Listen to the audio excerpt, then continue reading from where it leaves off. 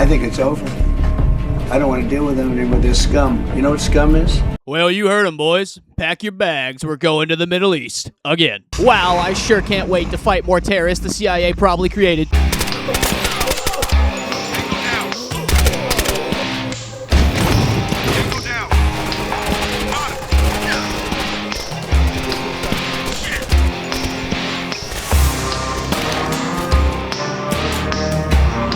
Hey, retard, you like to draw? No?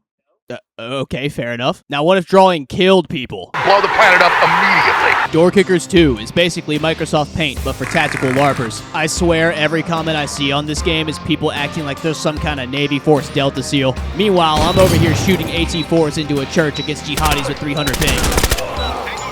But hey, that's okay, man, alright? You can play pretend all you want, just the game's really not that realistic. We can go room clear Nuketown next if you want. So anyway, gameplay. Before anything actually starts, you sit here staring at the map for like 20 minutes, drawing squiggly lines, hoping they end up resembling a plan of attack. The goal is to overcomplicate it as much as possible. Then you hit play and watch your guys die immediately because your plan was shit. I've seen this called tactical spaghetti, but really I'm more of a fettuccine guy. Alternatively, you say fuck it and hit start right away. Then you just make up the plan as you go. This is the fun way to play the game. Before each mission, you pick who you're bringing and where they're going to spawn. But this doesn't really matter, you should just go all assault every time. You don't need support if the enemy's already dead. Alright, easy enough. Check your angles, clear out the bad guys, complete the objective. Simple shit, right? Wrong. This is made complicated by some truly special map layouts and the fact that everything one-shots you. So you better hold on to all those angles, because one fuck-up and that's a reset. Unless you up your acceptable casualty margins like I did. Some of you may die, but it's a sacrifice I am willing to make. Listen, human wave tactics are effective, okay? Except sometimes. Sometimes you run out of meat. But to make your sacrificial pawns a little bit more effective, there's actually a pretty good amount of equipment customization. Don't get too excited though, it's barely more than a Bass Pro Shops. You've got all the standard stuff here, primary, secondary, grenades, armor, helmet. It's all really just up to your preference, to be honest. The important thing here are character levels and skills, because everything has to be part RPG these days. Take this, you commie bastard! Now, I've got no idea what assault shooting and field skills do, but you can feel your marksmanship going up as your suicide rushes start turning into actual plays. Alright, that was a lot of yapping. Where are we and what the fuck are we doing?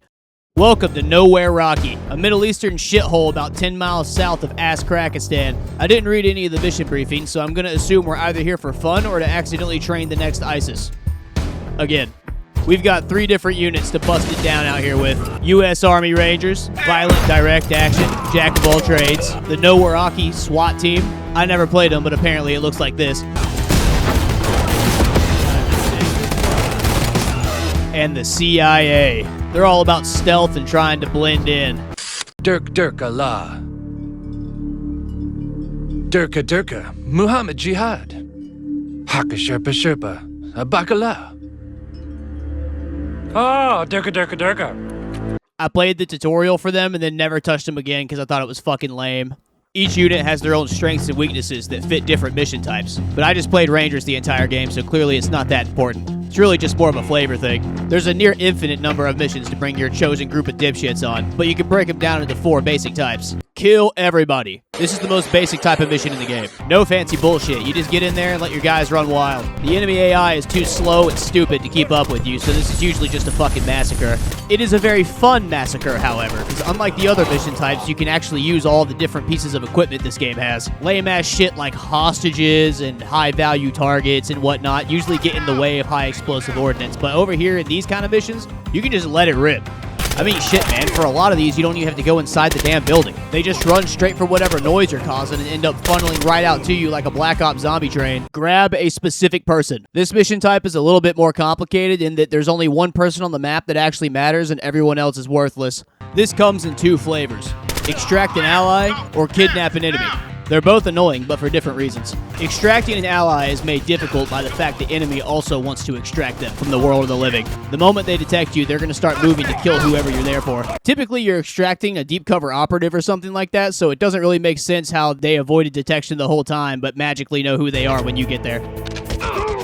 Guess the jihads have some kind of spider sense, or they could smell the American on you.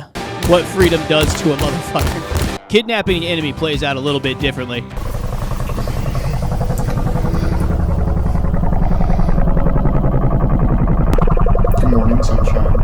There's multiple escape routes, and if he reaches those before you reach him, it's game over. However, this is completely mitigated if you take over the escape routes at the beginning of the mission. Then you just lie in wait like a bridge troll and jump his ass the second you see him. Naturally, the maps are designed to try and prevent that, but I have level 10 rangers, so it really doesn't matter how many enemies they spawn. Bro is not getting away. Alright, next is Bomb Defusal. This one's an early 2000s classic. Typically, multiple bombs are hidden across the map in unknown locations. Sometimes, though, they'll show you where a couple of them are before you even go in. This can cause you to tunnel vision straight for those since you can see them, and completely neglect the rest of the map. Then once you take care of them, you get lulled into a false sense of security, only for a bomb you didn't know existed to go off in a room you haven't bothered checking yet and fail your mission. Objective failed. But hey, it's no big deal. It was only like a 30-minute run. This is made even worse when the enemy starts wearing bomb vests, because why not make the people guarding the bombs themselves? It's genius. Now if you don't drop the whole room in half a second, homeboy flips the switch and the whole map goes up, with the bomb timers acting as a soft mission timer, encouraging you to move faster than you normally would. It's very easy to fuck this up and walk right into instant death like an idiot. But hey, man, if that stresses you out, don't worry about it, alright? You only got about 80 seconds until it's not your problem anymore. Hostage Rescue, the final and most common mission type in the game. There's technically one more, where you go around destroying enemy equipment, but because stealth is optional, these always turned into elimination missions for me, so they're not really worth mentioning. Hostage Rescue is the bread and butter of Door Kickers 2. Every gameplay system is built around this mission type. All of the planning and strategy that felt optional before is now mandatory. You will be expected to clear maps faster and more precisely than any other mission. Just look at this, for example. Charge ready. Charge ready. Got one.